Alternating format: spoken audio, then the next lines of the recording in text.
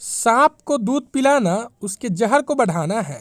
एक समय की बात है, किसी जंगल में एक बहुत ही घना बरगद का पेड़ था। उस पेड़ पर बहुत सारी चिड़िया अपना घोंसला बनाकर रहती थी और उसी जंगल में कुछ बंदर भी रहते थे। बरसात का समय था। एक दिन बहुत जोरों की बारिश होने लगी। सारी चिड़िया अपने अपने घोंसले में चली गई और बारिश का आनंद लेने लगी। लेकिन वहीं बगल के एक पेड़ पर कुछ बंदर बैठे थे और बारिश से भीग रहे थे। कुछ देर बाद बारिश बहुत ज़्यादा होने लगी तो वे ठंड के मारे कांपने लगे और उस बारिश से बचने के लिए पेड़ के डाली से चिपके हुए थे। बंदरों का यह हाल देखकर चिड़िया को रहा नहीं गया और उसने तुरंत बंदर से बोला, बंदर भाई, तुम लोग अपने लिए एक घर क्यों नहीं बनाते? तुम्हारे पास तो 2 हाथ हैं, इससे तुम अपने लिए एक अच्छा सा घर बना सकते थे। लेकिन तुम लोग पूरे दिन इधर उधर घूमते रहते हो और तुम्हें आने वाली बरसात की कोई चिंता ही नहीं रहती है। इसी वजह से आज तुम्हारी यह हालत हुई है।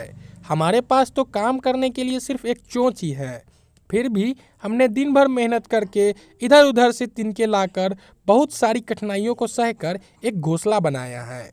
इसलिए अब हम इस भारी बरसात में आराम से अपने घोंसले में रह रहे हैं और बारिश का आनंद ले रहे हैं। अब हमें बारिश से कोई डर नहीं है। चिड़ियाओं की ये बात सुनकर सारे बंदर बहुत गुस्सा हो गए।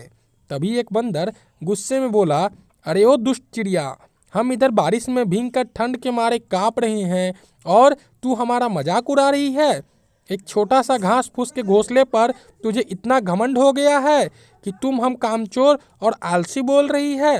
रुक जा, बारिश बंद होने दे, फिर देख हम क्या करते हैं। फिर थोड़ी देर बाद बारिश बंद हुई और सारे बंदरों ने मिलकर सभी चिड़ियाओं के घोंसले को तोड़कर इधर उधर फेंक दिया और बोले, अब बोल चिड़िया, और कुछ बोलना है तुझे? चली आई हमें आलसी बोलने वाली। इतना बोलकर बंदर दूसरे पेड़ पर जाकर उछल कूद करने लगे। चिड़िया बेचारी उन दुष्ट बंदरों के सामने कुछ नहीं कर पाई और अपना टूटा हुआ घोंसला देखकर रोने लगी। इसलिए कहा गया है कि दुष्टों और हरामियों से हमेशा दूर रहना चाहिए, क्योंकि उनसे अच्छी बातें कहो तो उन्हें लगता है कि उनका मजाक उड़ाया जा रहा है। इसलिए कहा जाता है कि सांप को दूध पिलाना उसके जहर को बढ़ावा देने के बराबर है। दोस्तों, आशा करता हूँ कि आपको ये कहानी पसंद आई होगी और आपको इस कहानी से ज़रूर कुछ सीखने को मिली होगी।